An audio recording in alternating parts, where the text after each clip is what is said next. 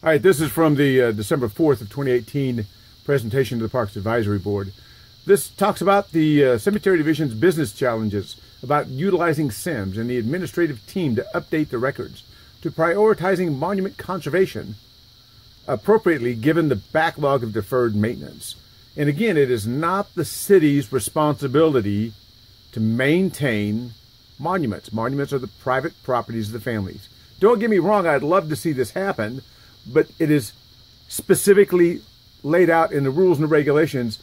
The city cannot do this. If the families want to pay for it, that's fine, but the city is setting themselves up to expand their employee base and bill the taxpayers for managing somebody else's private property. They want to manage a complex natural landscape to be both sustainable and aesthetically pleasing with limited resources. What they're doing here is they're talking about, they're setting the hook. They need more people, they need more money. They have limited personnel resources. Current maintenance staff is 50% of what is needed. Now remember, she talked about they're running at 50% of what somebody else used to operate at. Let's take a look at that again. Currently, City of Austin Parks and Recreation Department manages the cemeteries, and we operate the cemeteries with less than half of the amount of staff that Public Works did. So, again, the math here is funny. Public Works ran it with 26 full-time employees. We currently have 21 full-time employees. That's nowhere near half. But staff is setting it the ground. They want to double their ground force in order to be effective. That's what they're saying in this slide right here. Under business challenges, limited personnel resources. Current maintenance staff is at 50% of what is needed.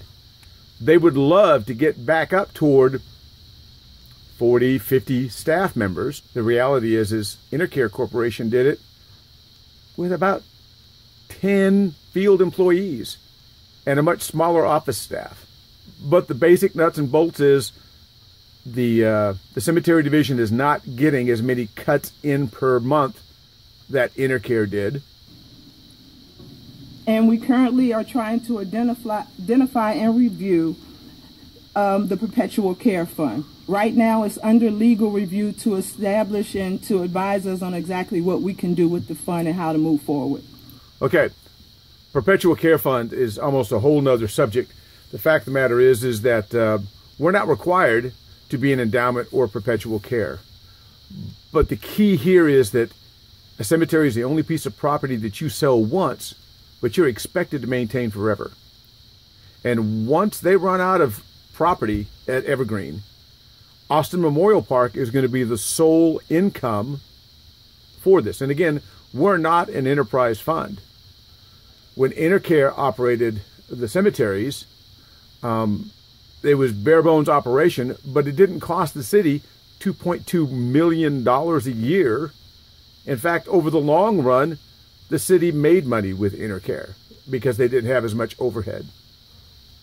The fact of the matter is they want to eliminate or take money out of the Perpetual Care Fund and use it today instead of good long-term planning.